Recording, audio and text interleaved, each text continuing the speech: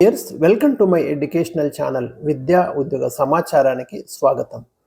మన దేశ జాతీయ గేయం వందే మాతరం 1875 నవంబర్ 7న బంకిం చంద్ర చటర్జీ చేత రాయబడిన ఈ గేయం మరి 150 సంవత్సరాల ఉత్సవాలు జరుపుకుంటున్న వేళ కేంద్రం వందే మాతరం గేయాలాపనకు సంబంధించి నూతన ప్రోటోకాల్ని జారీ చేసింది.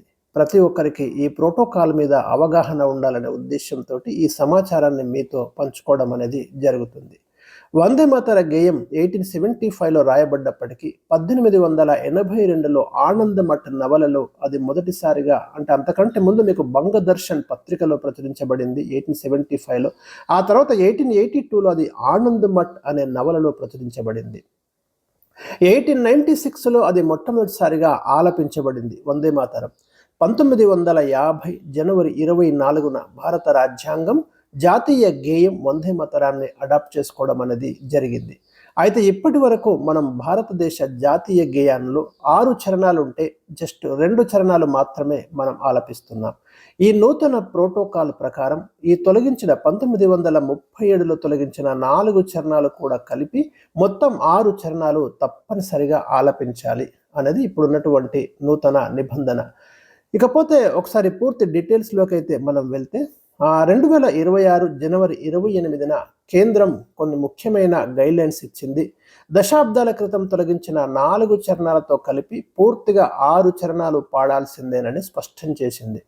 రెండో విషయం ఏంటంటే జాతీయ గీతం జనగణమన కంటే ముందుగా జాతీయ గేయమైన వందే మాతరమును ఆలపించాలని స్పష్టం చేసింది. అంటే ఈ రెండు పాడే సందర్భంలో మొట్టమొదట ఏది ఆలపించాలి అనే కన్ఫ్యూజన్ లేకుండా జాతీయ గేయమైన వందే మాతరముని ముందుగా ఆలపించాలని స్పష్టం చేసింది.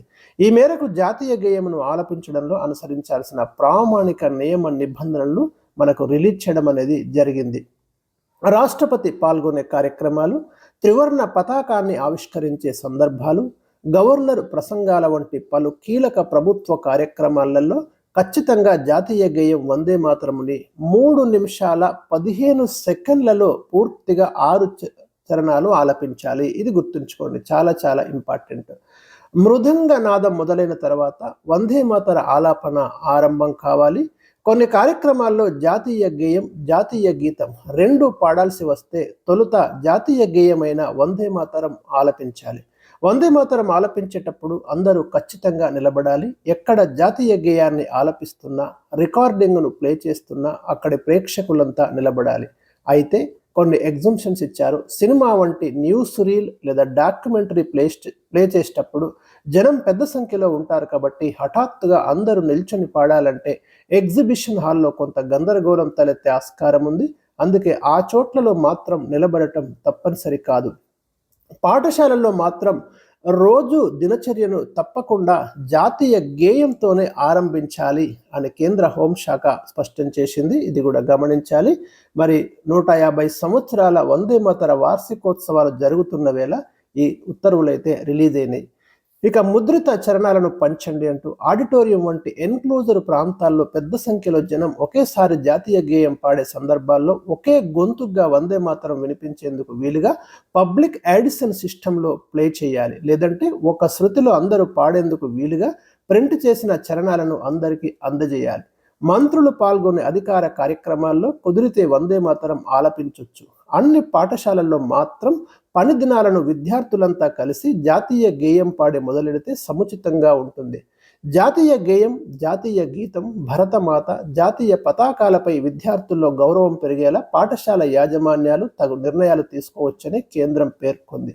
అయితే జాతీయ చిహ్నం, జాతీయ గేయం, జాతీయ గీతం రాజ్యాంగాలను బహిరంగంగా కించపరిచే వాళ్ళను శిక్షించేందుకు అమలు చేసే the prevention of insult to national honours యాక్ట్ను జాతీయ గేయంకు ఆపాదించాలని ప్రభుత్వం నిర్ణయించినట్లు తెలుస్తుంది.